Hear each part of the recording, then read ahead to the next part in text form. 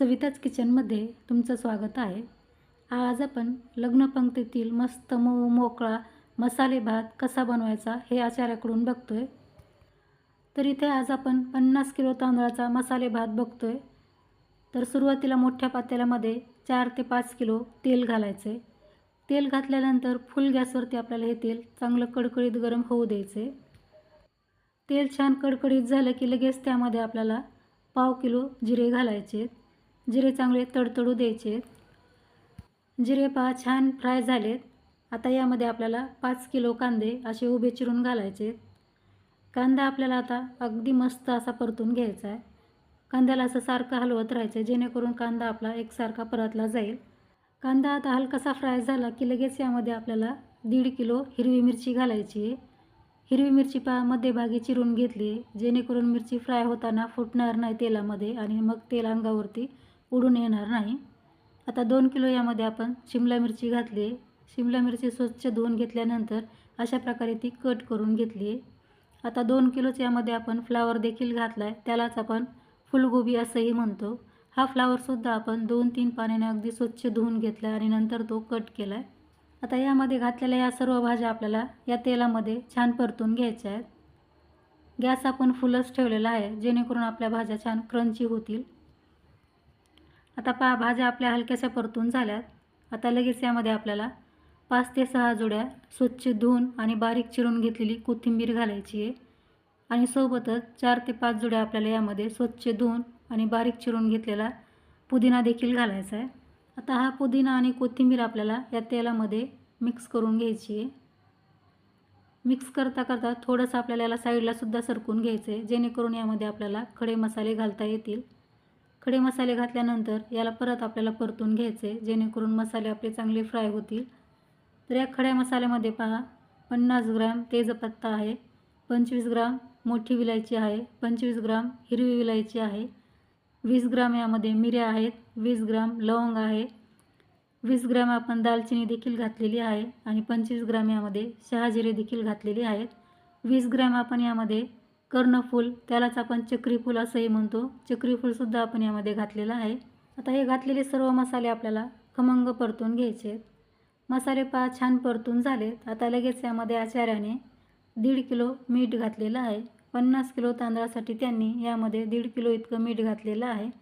आता परत आपल्याला हे सर्व छान मिक्स करून घ्यायचं आहे जेणेकरून मीठ या भाज्याला चांगलं लागलं जाईल आणि मसाले भात खाताना मग भाज्याची देखील चव अगदी छान येईल. यामध्ये घातलेले सर्व साहित्य पहा छान फ्राय झाल्यानंतर आचार्याने यामध्ये 16 ते 17 बकेट इतकं पाणी घातलेलं आहे. पाणी आपल्याला इथे शिजण्यासाठी एकदम घालून घ्यायचं आहे आणि पाणी घातल्यानंतर या पाण्याला थोडंसं गरम होऊ द्यायचं आहे. तर तुम्ही पाहू शकता पाणी इथे आपलं चांगलं गरम झालेलं आहे. आता यामध्ये आचार्याने लगेच 50 किलो इतके तांदूळ घातलेले आहेत.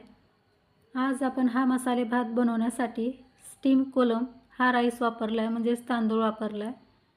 आता तांदूळ यामध्ये घातल्यानंतर पहा याला परत चांगलं हलवून घ्यायचं आहे, म्हणजेच तांदूळ या पाण्यामध्ये छान मिक्स करून घ्यायचे जेणेकरून आपला मसाले भात मस्त एकसारखा शिजला जाईल आणि छान मऊ मोकळा होईल.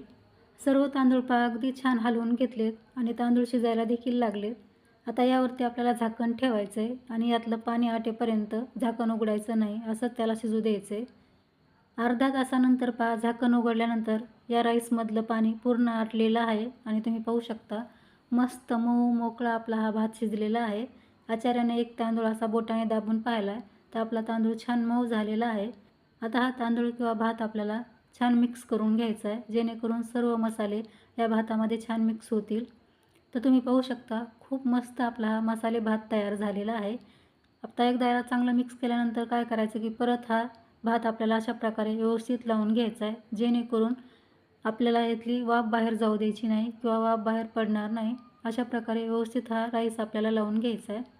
हा मसाले भात बनवताना पहा जेव्हा यामध्ये पाणी घातलं होतं तांदूळ घालण्या अगोदर तर तेव्हाच यामध्ये त्यांनी 2 किलो इतके भिजवून घेतलेले वाटाणे देखील घातले होते, पण वाटाणे घालतानाचा व्हिडिओ माझ्याकडून शूट झाला नाही, त्यासाठी क्षमा असावी.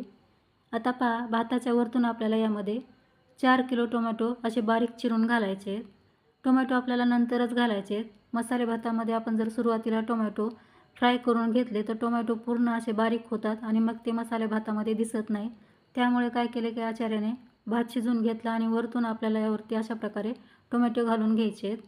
म्हणजे ते मसाले भाताच्या वरती वाफेनेच ते छान मऊ होतात आणि मसाले भात खाताना त्यामध्ये दिसतात देखील. आता लगेच यावरती त्यांनी पुदिना आणि कोथिंबीरसुद्धा घातलेली आहे, म्हणजे याचा फ्लेवर या मसाले भातामध्ये खूप छान उतरतो. आता हे सगळं घालून झाल्यानंतर परत यावरती आपल्याला झाकण ठेवायचं आहे आणि अर्धा ते पाऊण तास याला असंच राहू द्यायचं आहे, म्हणजे वाफेमुळे मस्त टोमॅटो मऊ होतात. आता अर्ध्या ते पाऊण तासानंतर झाकण काढले पहा आणि तुम्ही पाहू शकता टोमॅटो यामधले छान सॉफ्ट झालेले दिसत आहेत. आता हा मसाले भात मी तुम्हाला फोडून देखील दाखवणार आहे, म्हणजे तुमच्या लक्षात येईल की मस्त मऊ मोकळा आपला हा मसाले भात तयार झालेला आहे. तर तुम्ही पाहू शकता खूप मस्त मोकळा आणि मऊ मसाले भात तयार झाला आहे. तुम्हीसुद्धा एकदा या आचाराच्या पद्धतीने घरच्या घरी मसाले भात तयार करून पहा. कसा झाला हे मला कमेंट्समध्ये सांगा. रेसिपी तुम्हाला कशी वाटली हे देखील मला कमेंट्समध्ये सांगत जा. आवडली असेल तर लाईक करा, शेअर करा. चॅनलला पहिल्यांदाच आला असाल तर चॅनलला सबस्क्राईब करून समोरील बेल आयकॉनलासुद्धा क्लिक करा, म्हणजे माझ्या येणाऱ्या नवीन रेसिपीचं नोटिफिकेशन तुम्हाला सर्वात अगोदर मिळेल. आज तुम्ही वेळात वेळ काढून हा व्हिडिओ पाहिला त्याबद्दल मी तुमची आभारी आहे. Thanks for watching my video. Thank you.